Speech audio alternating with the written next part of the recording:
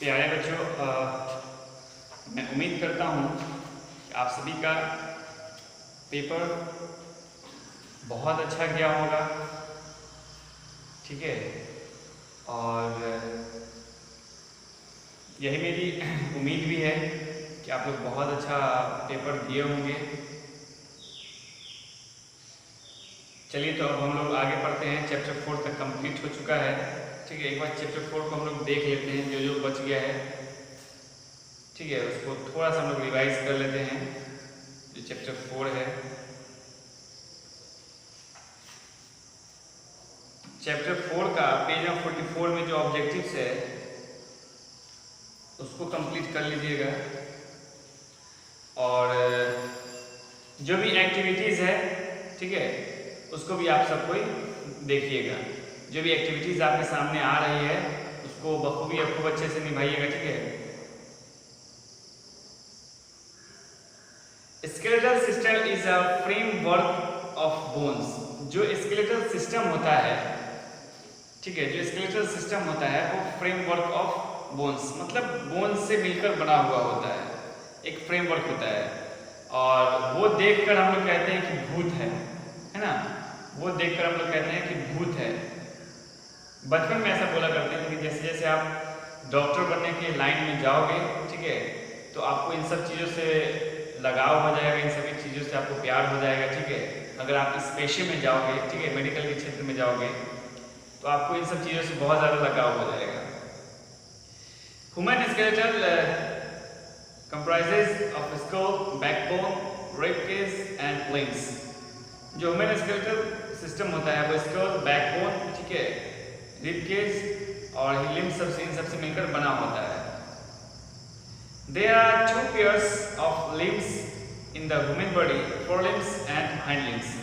इसमें दो pair of limbs होते हैं ह्यूमन बॉडी में।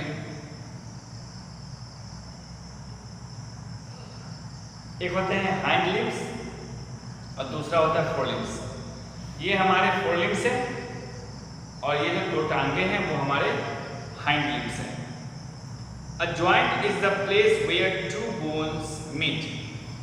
ठीक है, जो जॉइंट्स किसको कहते हैं? जहाँ पर दो बोन्स मिलते हो उसको हम लोग जॉइंट्स कहते हैं। ठीक है, जहाँ पर दो बोन्स मिलते हो उसको हम लोग जॉइंट्स कहते हैं। The muscles pull the bones and produce movement। The muscles pull the bones and produce movement।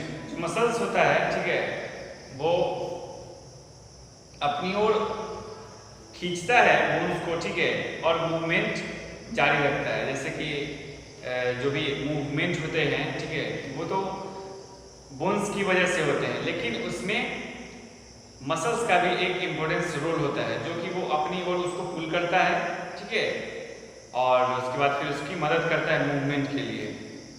The muscles, there are 3 types of muscles in our body.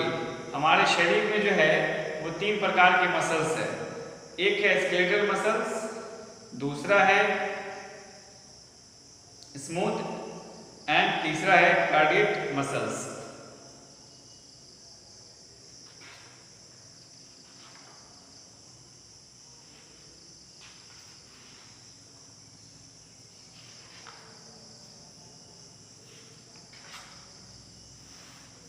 The place where animals live is called habitat।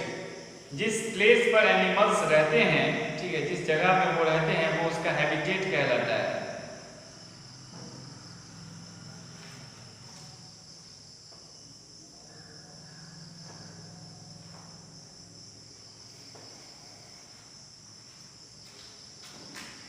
ठीक है, जिस place पे animals रहते हैं वो उसका habitat कहलाता है। Animals have special body parts suitable for their habitat. Animals के पास जो होता है वो स्पेशल बॉडी पार्ट्स होते हैं जो उसके हैबिटेट के लिए सुटेबल होता है, उचित होता है। All animals have special organs for breathing. जितने भी एनिमल्स होते हैं उन सभी के पास स्पेशल ऑर्गन्स होता है ब्रीदिंग के लिए। जैसे कि जो मैमल्स होते हैं, ठीक है,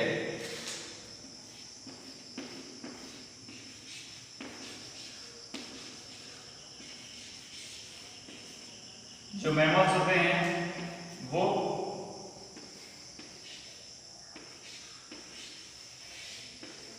लंग्स के थ्रू ब्रीथ करते हैं, ठीक है।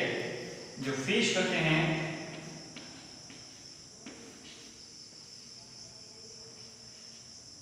वो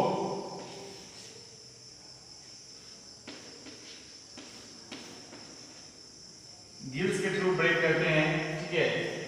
जो इंसेक्ट्स होते हैं उनमें वो स्पाइडिकल्स, ठीक है, उनके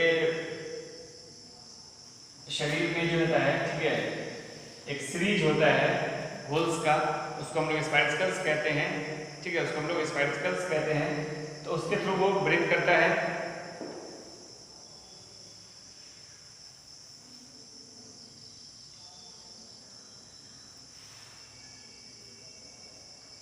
animals eat different types of food. जो एनिमल्स होते हैं वो डिफरेंट टाइप्स, अलग अलग प्रकार के भोजन खाते हैं। जैसे कि मैं आपको बताऊं कि हम लोग ओमनीवोरस है, हम लोग फ्लैश प्लांट्स सब खाते हैं। कुछ होते हैं जो सिर्फ फ्लैश खाते हैं, जैसे कि आप टाइगर, लायंस, फॉक्स, इन सबको देखेंगे, ये सब फ्लैश खाते हैं। आप कुछ होते हैं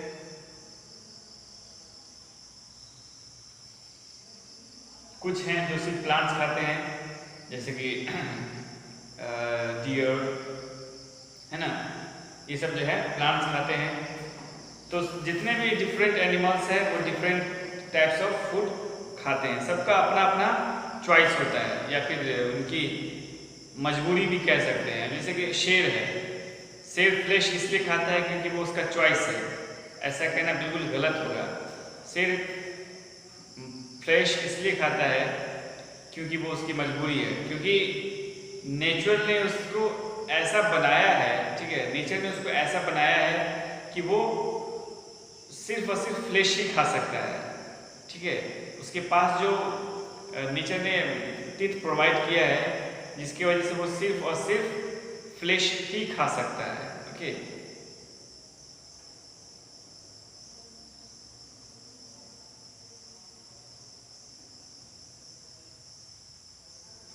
animals have different types of feeding organs.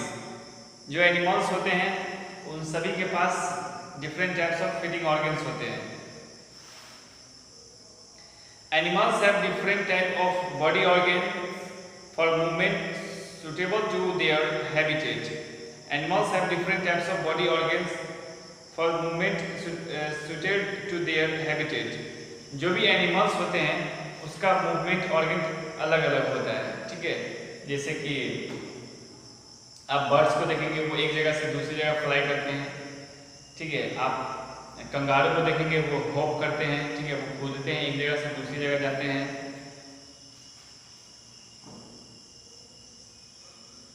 Okay, migration in animals is a regular seasonal movement. Migration जो होता है वो एनिमल्स में एक रेगुलर सीजनल मूवमेंट है। कुछ एनिमल्स जो होते हैं वो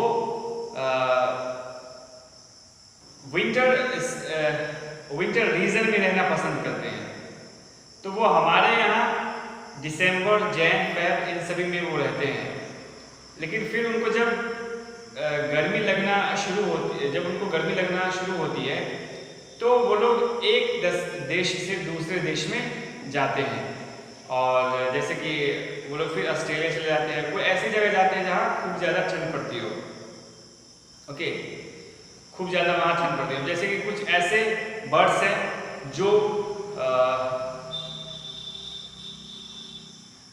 जिनको गर्मी बहुत ज़्यादा पसंद है, ठीक है, जो समर डे में रहना पसंद करते हैं, okay.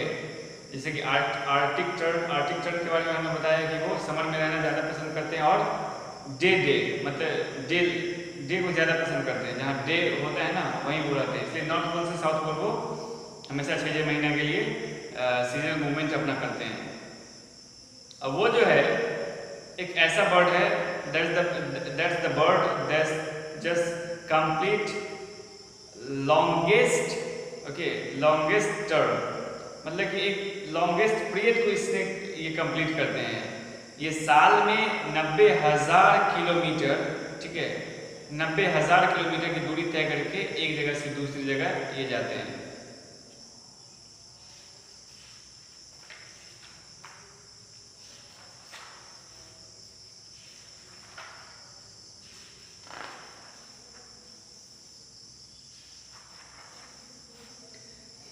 All of us, including plants and animals, need food to live, grow and reproduce. जितने भी एनिमल्स हैं, ठीक है, इंक्लूडिंग प्लांट्स, सॉरी जितने भी लिविंग थिंग हैं, ठीक है, जितने भी लिविंग बींग कह सकते हैं, जितने भी लिविंग बींग हैं, all of us including plants and animals need food to live, grow and reproduce. उनको जिंदा रहने के लिए, ठीक है, उनको बढ़ने के लिए, उनको रिप्रोडक्शन के लिए फूड की जरूरत होती है। बिना फूड का वो ना तो रिप्रोड्यूस कर सकते हैं और ना ही जिंदा रह सकते हैं और ना ही वो बड़े हो सकते हैं। तो फूड की जरूरत बहुत ज़्यादा होती है। ओके, फूड की जरूरत बहुत ज़्यादा होती है उनको ग्रो करने के लिए। ओके, उनको ग्रो करने के लिए, उनको बढ़ने के लिए, इन सब के लिए उनको फूड की जरूरत होती है। रिप्रोडक्शन के लिए, ग्रोइंग के लिए, ओके, लाइफ के लिए, लिव रहने के लिए, उन सबको फूड की जरूरत होती है। The components present in different food items are called nutrients. जो कंपोनेंट्स डिफरेंट फूड आइटम्स में प्रेजेंट रहते हैं, जैसे fats, carbohydrates, minerals, vitamins, proteins, ठीक है, ये सब जो प्रेजेंट रहते हैं उसको हम लोग न्यूट्रिएंट्स कहते हैं। ठीक है, उसको हम लोग न्यूट्रिएंट्स कहते हैं। Nutrients provide energy to grow, repair and maintain the body. Nutrients provide energy. Nutrients होता है वो energy provide करता है to grow and repair the maintain the body. Okay. Nutrients provide energy to grow. Nutrients होता है वो हमें बड़े होने में, ठीक है, ग्रो करने में हमारी मदद करते हैं। Repair and maintain the body, और रिपेयर और हमारी बॉडी को मेंटेन करने में भी वो न्यूट्रिएंट्स का ही रोल होता है। जैसे कि आप प्रोटीन को ले लें, जो भी हमारे अंदर में टूट फूट होती है, ठीक है, जो भी पार्ट्स अंदर में टूट फूट होती है, उसको हम लोग क्या करते हैं, ठीक है, उसको हम लोग क्या, उस पार्ट्स से क्या होता है, उस पार्ट्स को रिपेयर कौन करता है, तो प्रोटीन करता है। तो जो भी हम लोग न्यूट्रिएंट्स लेते हैं उन सभी का इंपॉर्टेंस है हमारे शरीर में, ठीक है, सभी का इंपॉर्टेंस है हमारे शरीर में, इसलिए उन सब न्यूट्रिएंट्स को हम लोग लेते हैं।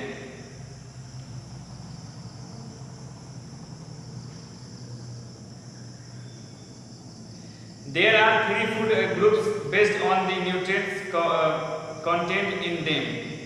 यहाँ पे 3 फूड ग्रुप्स है, जैसे कि आप energy giving food, body building food और प्रोटेक्टिव फूड। उनको फूड के आधार पर, ठीक है, उनके न्यूट्रिएंट्स के आधार पर उन सभी को बांटा गया है। A balanced diet depends on the age, health and occupation of a person. जो एक बैलेंस डाइट होता है वो एज पे, हेल्थ पे और ऑक्यूपेशन पे डिपेंड करता है। ठीक है, किस एज में बैलेंस डाइट चाहिए। अब जैसे कि बच्चा 6 महीने का है, उसका प्रोटीन, फैट, कार्बोहाइड्रेट सब खिलाई जा रहे हो, ठीक है, तो उसको जो चाहिए होता है, अभी उसकी जो इंटरनल ऑर्गन्स है वो बहुत ज़्यादा सॉफ्ट है, बहुत ज़्यादा कोमल है, ठीक है, इसलिए उनको चीज़ों को बहुत परख के देना पड़ता है। The 3 main factors to good health are balanced diet, cleanliness and exercise. जो 3 मेन फैक्टर्स होते हैं, ठीक है, गुड हेल्थ के, वो है बैलेंस डाइट, ओके, क्लीनलीनेस, साफ सफाई जो होती है, वो जो बैलेंस डाइट यानी कि वो डाइट जिसमें सारे न्यूट्रिएंट्स एक सही अमाउंट में हो, और एक्सरसाइज, जो हम लोग एक्सरसाइज करते हैं, व्यायाम करते हैं, वो, ये 3 चीज फैक्टर है एक गुड हेल्थ के। A disease is any abnormal condition of the body that causes discomfort, dysfunction or distress. A disease is any abnormal condition of the body that causes discomfort, dysfunction or distress. देखिए, जो disease होता है, ठीक है,